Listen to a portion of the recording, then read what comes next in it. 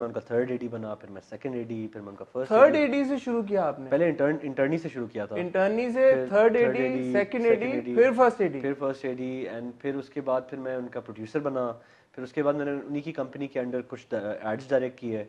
मैंने कोक के लिए एड डायरेक्ट किया, मैंने स्प्राइट के लिए किया, लॉरियल के लिए किया, पेप्सी के लिए किया, एक पूरा टीवी शो डायरेक्ट किया जो कि बहुत थका देने वाला एक्सपीरियंस था। Which show was that? That was Sprite spice Wars.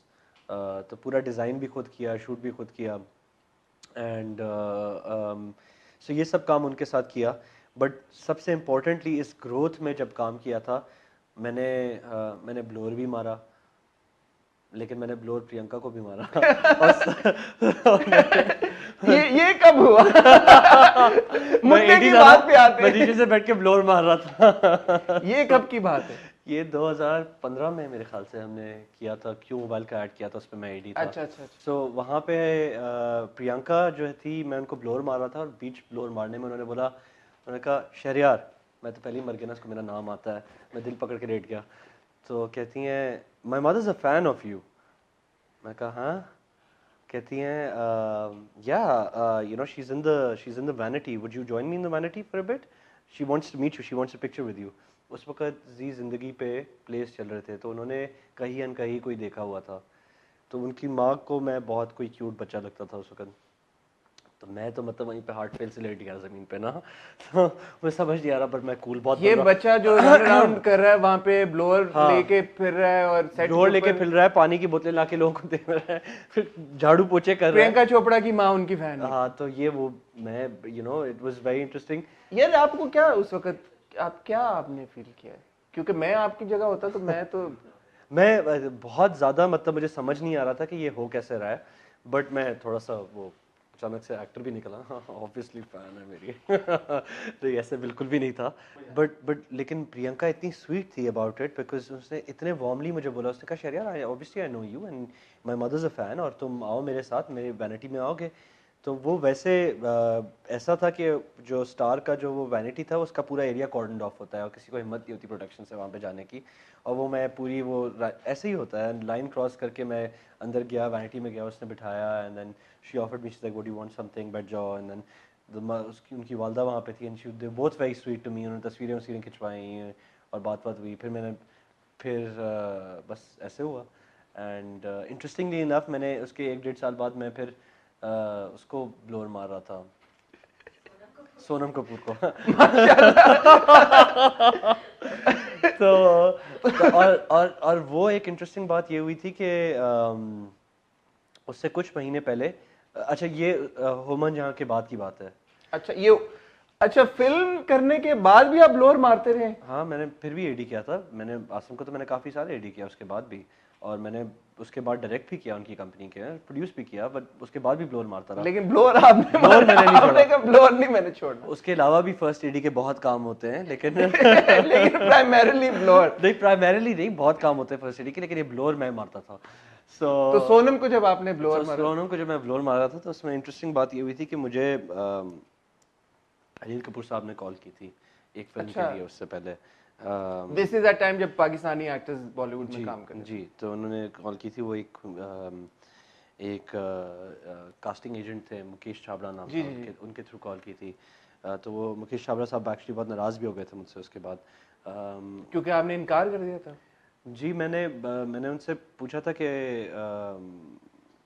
क्योंकि पहले उन्होंने मुझे एक ऑफ़र की थी फिल्म, तो उसमें मेन एंटेगनिस्ट था, एंड वो मेन स्ट्रीम फिल्म है, बहुत बड़ा नाम है फिल्म का, मैं नहीं लेना चाहता, बिकॉज जो काम आपने नहीं किया उसके बारे में बात करने की क्या ज़रूरत। तो मैंने अगर ले भी लें तो कोई बुरी बात नहीं है वैसे। नहीं, कोई फ़ायदा नहीं, अब जो नहीं वो ही बात। सो मैंने उसको कहा कि मैंने कहा कि नहीं, बट मैं एंटेगनिस्ट कैसे कर पाऊँगा, मुझे नहीं समझ आता, कि मुझे नहीं लगता मैं कर पाऊँगा। मुझे लगता है एंटेगनिस्ट बनने के लिए बहुत ज़्यादा आपको अच्छी एक्टिंग आनी चाहिए। And was that the reason that you also the fact that मुझे लगा था कि बहुत टिपिकल हो जाता है कि आप एक पाकिस्तानी होते हुए इंडिया में जाके एंटेगनिस्ट का काम करो, यू नो। तो मैंने कहा कि just that commentary on the political situation that we had between the countries was a bad. अगर मैं इंडिया में जाके काम ही करता तो मैं कोई प्यार मोहब्बत का काम करता, यू नो। तो एटलीस्ट ये लगता कि यार I was a agent of agent. What I mean by that is I was a agent of peace. हाँ, तो नहीं, बट इन दो के बीच में ये वर्ड इस्तेमाल ही नहीं करना चाहिए ना।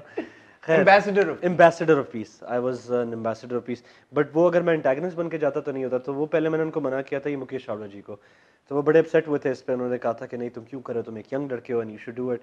फिर उसके बाद फिर दूसरी दफ़ा कॉल आई थी इसके लिए, ये अनिल साहब की प्रोडक्शन, अनिल कपूर साहब की, और मैं बहुत बड़ा फ़ैन हूँ अनिल कपूर साहब का। तो वो मैंने उनको मना किया था, तो मुझे लगा था वो वाली भी नहीं आप बताएंगे? नहीं, वो भी नहीं बताऊंगा। वो उसमें ये था कि वो थोड़ी सी बोल्ड कैरेक्टर था वो, थोड़ा सा और मुझे एज सच ऑनेस्टली अगर एज एन एक्टर आप मुझसे पूछें तो जब मैं बोल्ड कहता हूँ तो अगर स्क्रिप्ट की रिक्वायरमेंट है, अगर वो लॉजिकली सपोर्ट होता है उसमें कि ये आपको दिखाना है बिकॉज ये आप एक ईवल ऑफ द सोसाइटी दिखा रहे हो या कोई ऐसी बात है, तो फिर एज एन एक्टर आपके ऊपर कोई रोकथाम नहीं होनी चाहिए वो करने के लिए। बट उस वक्त उस स्क्रिप्ट में मुझे लग रहा था कि वो शायद एंटरटेनमेंट वैल्यू के लिए चीज़ें लिखी गई हैं, तो वो मैं नहीं करना चाह रहा था। और वो मैंने उनसे कहा था कि you know I am sorry, I am really grateful कि आपने रीच आउट किया, लेकिन मैं नहीं कर पाऊँगा। तो एक दिन मुझे अभी याद है, मैं अभी भी शुजात ख़याबान शुजात पे चला रहा था और एक 91 से नंबर से कॉल आई, मैंने उठाया, hello is this Shariya? Yes, this is Anil, you know the actor. मैंने कहा आई झकास, मेरा दिल चाह रहा था मैं कहूँ आई झकास, लेकिन मैंने कहा नहीं। मेरे लिए इतना फैन मोमेंट हुआ all of a sudden, because you know आपने अभी तक उनको स्क्रीन पे देखा ऑफ होता है, course, and I had never seen him, मतलब मैंने कभी उनसे बात नहीं की थी। बाद में मुझे बहुत साल बाद वो लंदन में एनिमल्स पे मिले थे, उसकी भी तस्वीर है मेरे पास। फिर मैंने उनको बताया था कि यू नो आप शायद पहचान नहीं रहे, आपने मुझे एक दफ़ा कॉल की थी। सो खैर ही वॉज़ वेरी स्वीट। उन्होंने मुझे बताया कि उन्होंने कहा देखो मेरा दिल धड़कने दो में जो रोल था वो एक, उन्होंने ये मुझे बताया, उन्होंने कहा कि देखो ऐसे नहीं सोचते एज एन एक्टर कि आपका क्या रोल है क्या नहीं है। मेरा दिल धड़कने दो में छोटा सा रोल था, but then you know I really came out strong. And तो मैंने अब उनको बता नहीं पा रहा था, बट कि मैं उनको ये बोलना नहीं चाह रहा था कि देखिए मुझे जो वो सीन्स हैं उनसे थोड़ा सा मसला है। खैर एनीवे मैंने बहुत लाइटली डिक्लाइन किया था, जिस पे वो मुकेश चावला जी जो हैं वो बड़े अपसेट हो गए थे मुझसे, और उन्होंने मुझे कहा था कि आज के बाद तुम इंडिया में काम नहीं करोगे। अच्छा। तो उन तो करनी ऐसी हुई कि उनकी बात बिल्कुल सही थी, क्योंकि उसके कुछ महीने बाद कोई भी इंडिया में काम नहीं कर रहा था। But good call from your and, क्योंकि वो शायद आप वैसे भी ना कर पाते जो हालात हो गए। शायद नहीं, but call I think call उसके ऊपर ही बेस्ड थी कि मुझे सिर्फ ये लगता है कि ये बहुत बड़े नाम हैं, इन्होंने मुझे रीच आउट किया और मुझे कहा कि मेरी तो बहुत खुशकिस्मती है कि कोई भी बड़ा एक अदाकार अगर मुझसे मेरे साथ काम करना चाहता हो। लेकिन जो चीज़ मुझसे की नहीं जाए वो, इसीलिए मैंने ड्रामे छोड़े थे 2013-12 में, कि जब मैं रेडी होता हूँ तब मैं करना चाहता हूँ। और काफ़ी लोगों ने मुझे कहा कि यार तुमने इतने साल कुछ काम नहीं किया और अब जाके तुमने पहली सी, तो मैंने कहा कि नहीं मैंने बहुत काम किया। मैं आसिम रज़ा स्कूल ऑफ फिल्म में गया हुआ था और मैं वहाँ पे छितर खा खा के सीख रहा था। अच्छा, बैक टू वो जो सोनम को ब्लोअर आप मारे थे। हाँ, तो जब मैं सोनम को ब्लोर मारा था तो तब मेरी उनसे बात हुई थी, तो मैंने उनको बताया था। तो वहाँ पे भी एक जो है ना मैंने डाक खाना खोल दिया था। तो मैं ये बता रहा हूँ कि ब्लोर मारने के चक्कर में मैं अक्सर डाक खाना खोल देता हूँ। तो जैसे फिर आप कह रहे हैं कि आसिम रजा स्कूल ऑफ फिल्म मेकिंग में ब्लोर से लेके एड एक्चुअली डायरेक्ट करने तक आपने सब कुछ किया, अल्हम्दुलिल्लाह। तो वो जो इंट्रो में वापस मैं जाना चाहूंगा, जो एज अ व्यूअर एक नजर आता है कि यार के शहरी को हमने जिंदगी गुजार में देखा यार, और अब हम पहली सी मोहब्बत में देख रहे हैं यार, what a long way he is come, It's been a very long journey. It's been a very long journey, and then you also, when you look at your the work that you've done, you say यार इतने काम तो 9-10 ड्रामे खाली किए हैं, तो ये जो इम्प्रूवमेंट आई है क्राफ्ट में, काम में, एक्टिंग में, ये कैसे आई? तो उसकी फिर ये वजह सारी, ये जो रगड़ा लगा आपको 9 साल 10 साल, कोई एक वजह नहीं होती।